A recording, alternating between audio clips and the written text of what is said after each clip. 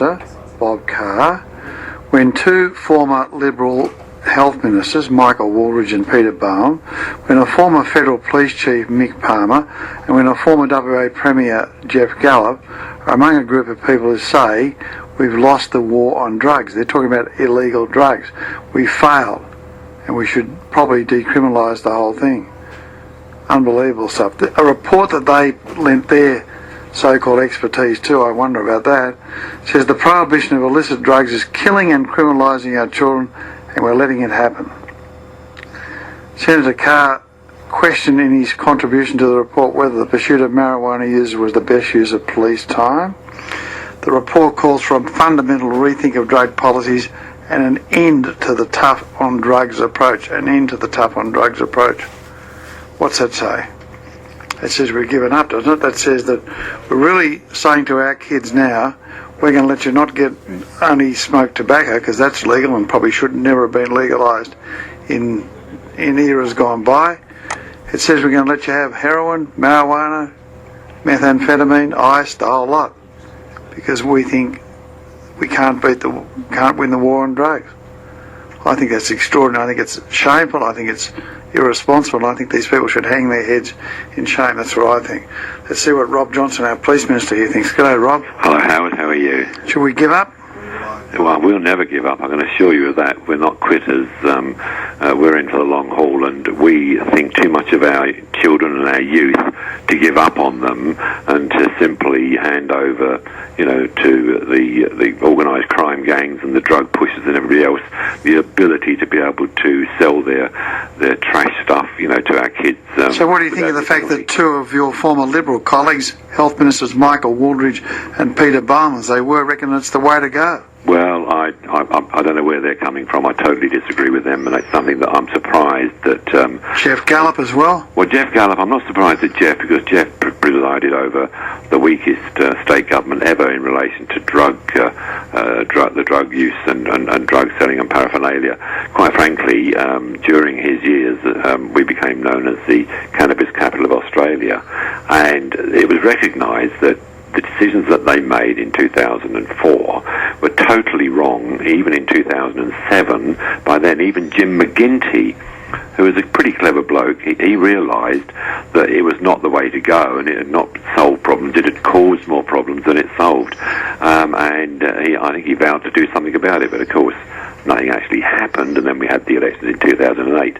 But I can tell you, we as a government will not give up on our kids. Well, do you think we can win the war?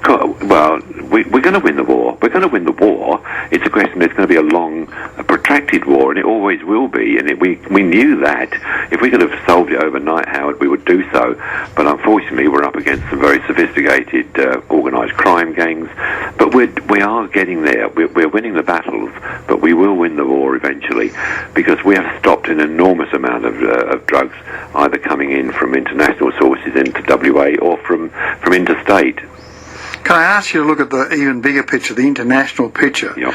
and look at what, say, an organisation like the United Nations should do? The United Nations didn't mind declaring war on Saddam Hussein in 1992 and got behind all the forces going to take him out. Do you think the United Nations perhaps should get behind armed forces and send them into places like Colombia? I mean, in Afghanistan, we've got armed forces there. Shouldn't one of their priorities be to burn down all the drug crops? Because that's where the main sources are, places like that. Oh, look, without a doubt, Howard. There are many government-type organisations, international ones, like NATO, that could do a hell of a lot of good. They're flush with funds, and they can direct people to do. I mean, this is the source of most of our drugs. The Golden Triangle, Yep. Colombia, place like that. People try to get this stuff in huge quantities by boats and everything. If they had no drugs in the beginning because they all got burnt out, all the crops got burnt out, we wouldn't have a big problem, would we? No, exactly. Can you imagine what life would be if we actually did give up on the war against drugs? I mean, the anarchy would prevail.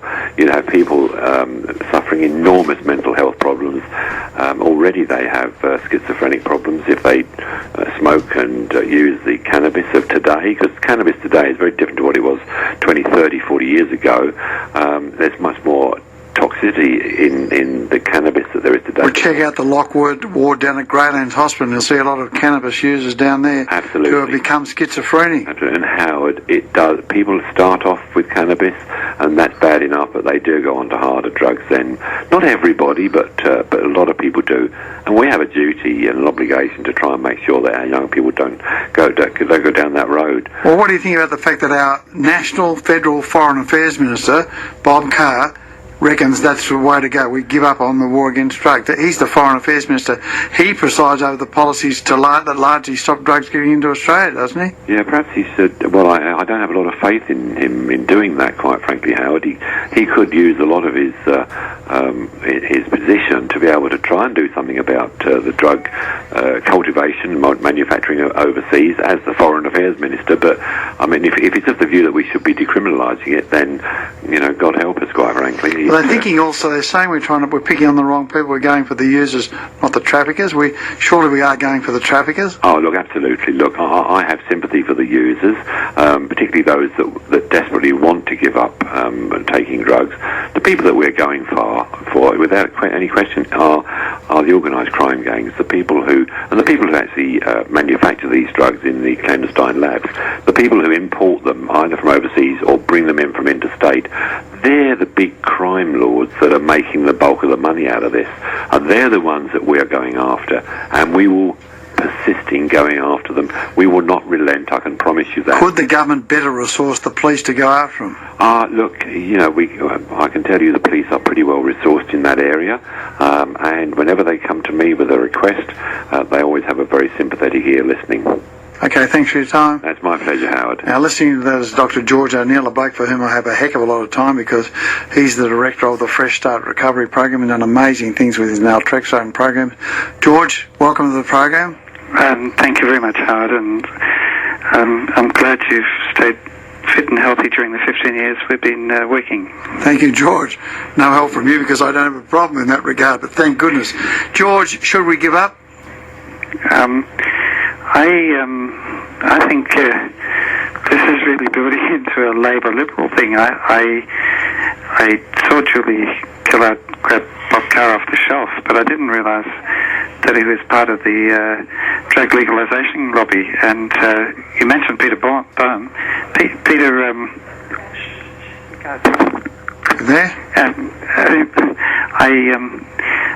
Were you saying that Peter Boehm? Peter Boehm came to Western Australia and he wrote a report saying Dr. O'Neill should stop treating patients back in 1998. Was he the minister? Was he the minister then? No. He just led a group to attack the... He was just a member of Parliament, and he attacked your program. He wrote a report to say, stop Dr. O'Neill treating naltrexone patients now. So that was a very vicious thing for him to do. And Michael Wooldridge, as you say, is in the same direction. He wasn't one of your greatest supporters either, was he? No. He's not been. He's been committed to drug legalisation for years. So there's a big group of personalities who are committed to drug legalisation. Sometimes they're on the Liberal side, sometimes they're on the Labor side, but one of the very interesting things is we worked with a group in Britain over the last 10 or 15 years, and what's happened in Britain is as soon as we got the Labor government out in Britain, the Conservatives realised this business of drug legalisation is stupid, and so the policy in Britain now is that the British government is going to invest their money into recovery instead of drug legalisation and drug maintenance. So the previous policies that you put somebody who's addicted to opiates on another opiate for 20 years, that's now been questioned in Britain. As long as we could Julie pushing and now her new minister, who's supposed to be in Foreign Affairs, pushing for drug legalisation. George, tell me if this is right. Your tack is dry up the customer base, right? If nobody's got to have it, no one's got to have it, they won't have any business. I got a lovely letter in response to a letter from Tanya Plibersek this week, the health minister, and what she said was that the West Australian relapse prevention pharmacotherapy was really good for West Australians and really good for Australians, and she recommended that that I leave her alone and not ask federal people for any money for it, and that I go and talk to all the other state ministers because I wasn't going to get a cent out of Labor. Oh, great. So you've got Labor saying this is really good work. I treated 17 people on Saturday, including 18-year-old Aboriginal boys, and I've got this congratulations coming from the Labor government, but a clear statement saying we won't spend 1 cent on this, and then to get Bob Carr misusing his position and misleading the public is wrong. And guess what, George? Guess what? They want to legalise it. They want to have it sold through wherever, chemist shops or whatever, and they want to take a tax out of it. So they want to be pimps in the drug trade now as well. Well, I mean, we know they take taxes from prostitutes, but now they want to be pimps in the drug trade too. Well, the Labor government's happy to pay for 50,000 people to go to the chemist today to stay addicted to opiates, and they refuse to spend 1 cent on helping one family get off of opiates in terms of pharmacotherapy. And this is a Labor policy that's been loudly put out there. For Bob Carr to go as far as trying to push for legalisation, this is a total misuse of position, and he should resign, or Julie Gillard should realise he's not representing the views of the average family. Yeah, he's got another job to go to. Right, I'll leave you there, and thank you very much for your time, George. Keep up the good work. You know we're great supporters of your work.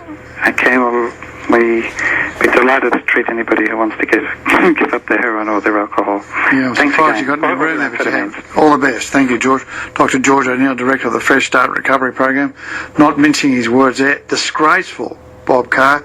Disgraceful, Jeff Gallup. Disgraceful, Mick Palmer, former police chief.